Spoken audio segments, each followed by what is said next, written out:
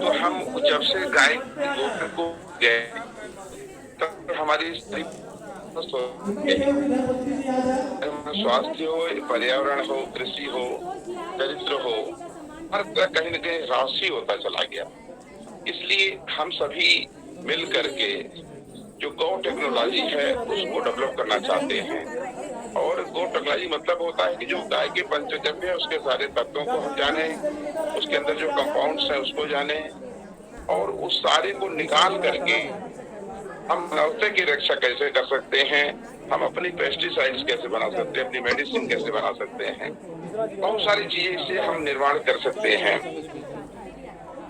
Pen का निर्माण जो डोमेस्टिक है, तो गोबर गोमूत्र जल कुंभी ये सारी चीजों को अगर मिला करके जो हमने अपने यहाँ शुरू भी किया है, तो इसका कास्ट मुश्किल से एक सिलेंडर का दाम 400 से 500 रुपए के बीच में पड़ेगा। तो इस तरह जिससे हमारे बहुत सारी बीमारियां हैं जो क्रॉनिक होती चली जा रही है, जैसे घुटने की बीमारी है, अगर हम गोमूत्र में अपराजिता, हरसिंगार, तुलसी का पत्ता डालकर उसको डिस्टिल कर दें, डिस्टिल करके अर्क निकाल लें, तो उससे हम काफी हद तक साइनोवियल फ्लूइड हमारा रीजनरेट हो जाता है। ये आप देख सकते हैं अपने जीवन में बहुत सारे हैं जिस हम कर डायरेक्ट लाभ ले सकते हैं। तो करने और जगह जगह हमारी कुलदीप भैया का उद्देश्य भी यही है कि लोग गोव्रती बने।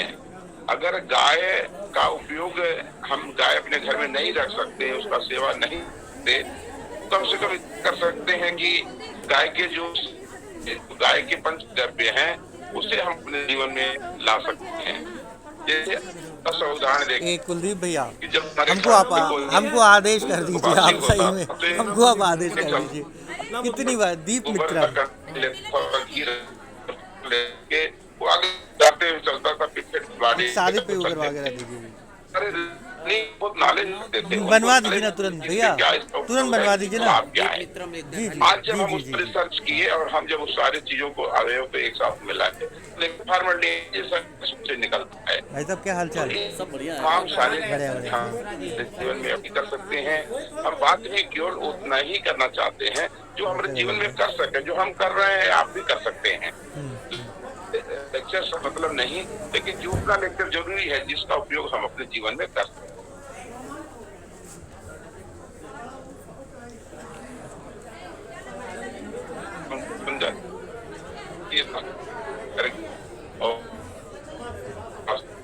और आपका बहुत धन्यवाद।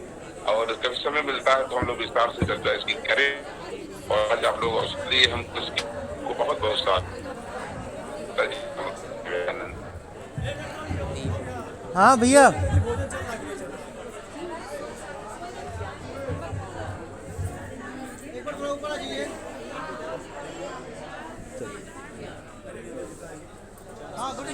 नाम लिखवाइए, मंच पे नाम लिखवाइए। ये बच्चों का जिन्होंने डांस। ये दोस्तों आवाज आ रही है आप लोगों को? मैं चाहूंगा कि अनु भैया अपना माइक अनम्यूट कर लीजिए। अनु भैया अपना माइक अनम्यूट कर लीजिए। अनु भैया अपना माइक अनम्यूट करें। अपना फीडबैक दें कैसा लगा और स्वामी जी।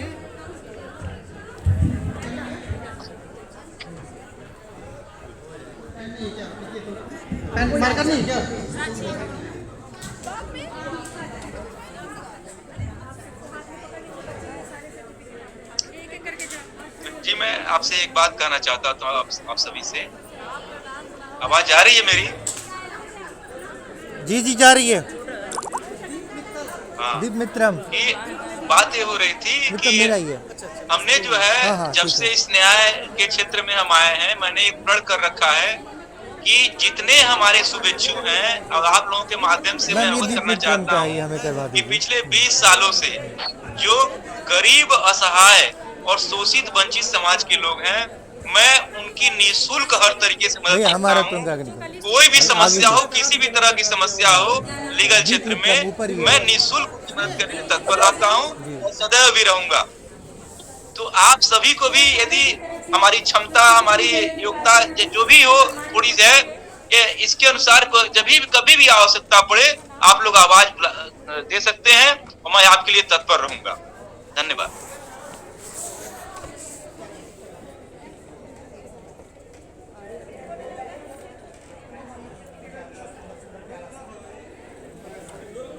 अंकुर जी सबसे फीडबैक ले लीजिए। नहीं, अंकुर जी सबसे फीडबैक ले लीजिए। ठीक है, हमारे साथ संतोष जी जुड़े हुए हैं, आवाज आ रही है आपको?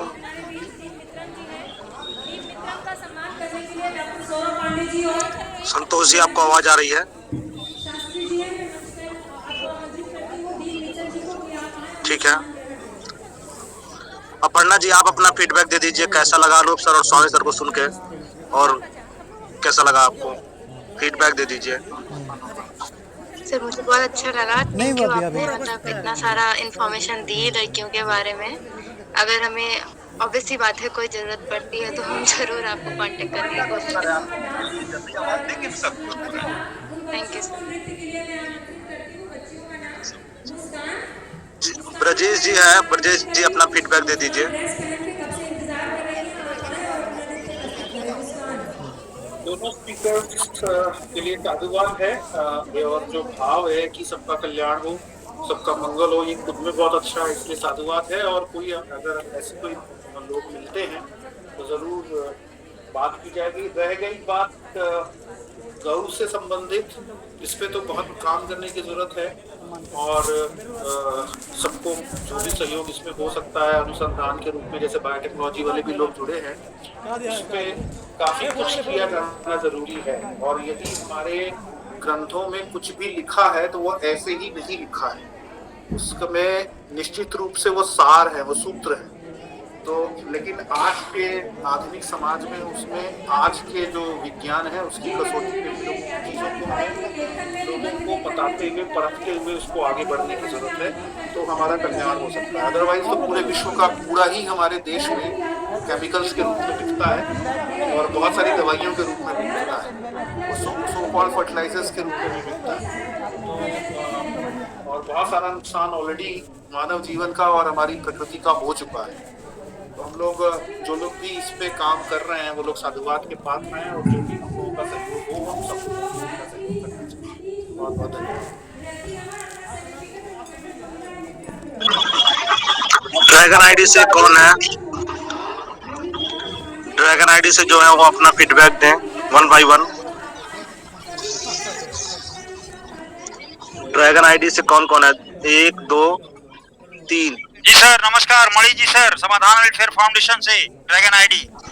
अरे मणि जी नमस्कार, कैसे हैं आप? जय हिंद सर, बहुत बढ़िया सर। आपका तो समर्पण काबिले तारीफ है, जिस तन मन भाव से काम करते हैं समाज के लिए, वो एक हम लोगों को प्रेरित करने वाला है। अरे सर सब अभी आप ही लोगों की प्रेरणा का स्रोत है ये।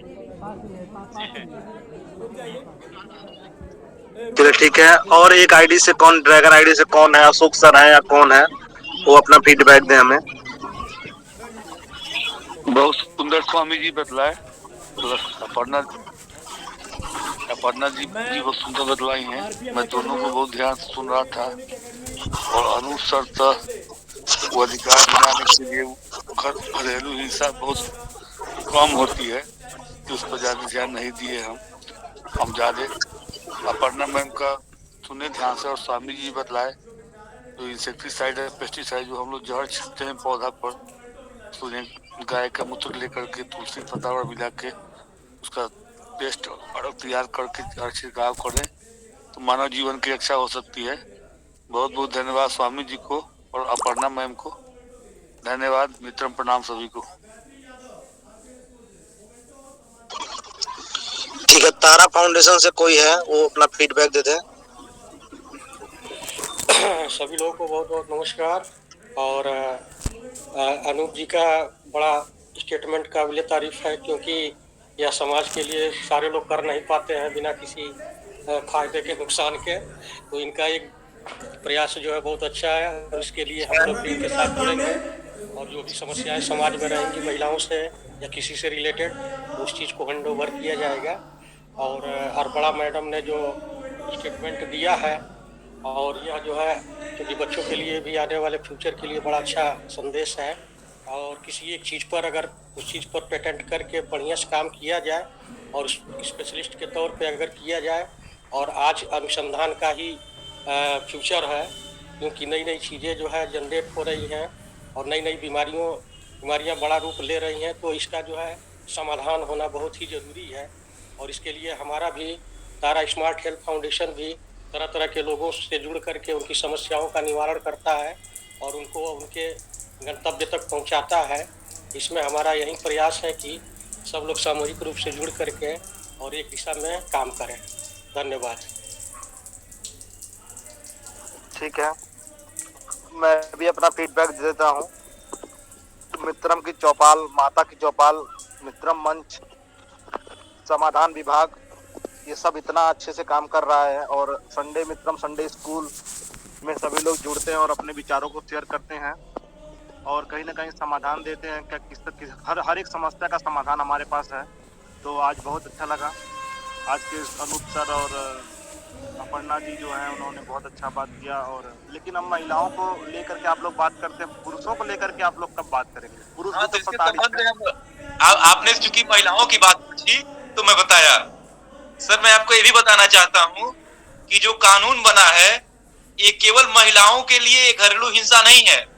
यदि कोई पुरुष भी प्रताड़ित किया जा रहा है तो उसके लिए हाल ही में अभी दिल्ली हाईकोर्ट ने एक फैसला सुनाया है कि पत्नी द्वारा पत्नी के ससुराल वालों मायके वाले द्वारा जो प्रताड़ित किया जा रहा था उसके लिए भी वाद लाया जा सकता है जी। और दूसरा एक चीज हम बीच में थोड़ा सा टाइम नहीं था, नहीं बता पाए। दूसरा सर ये कि यदि वृद्ध माता पिता हैं और यदि बहू या पुत्र उनको कोई खर्चा नहीं दे रहे हैं, प्रताड़ित कर रहे हैं, तो उसके लिए भी कानून है। कानून के अनुसार उन्हें भी भरण पोषण मिल सकता है, पुरुष को भी। चलिए ठीक है, लेकिन ये सब केस के जो वो कोर्ट में जो कुछ होता है उसमें बहुत टाइम लगता है। तारीख पे तारीख बहुत पड़ती है, उसके बाद सब जाके सोल्यूशन निकलता है।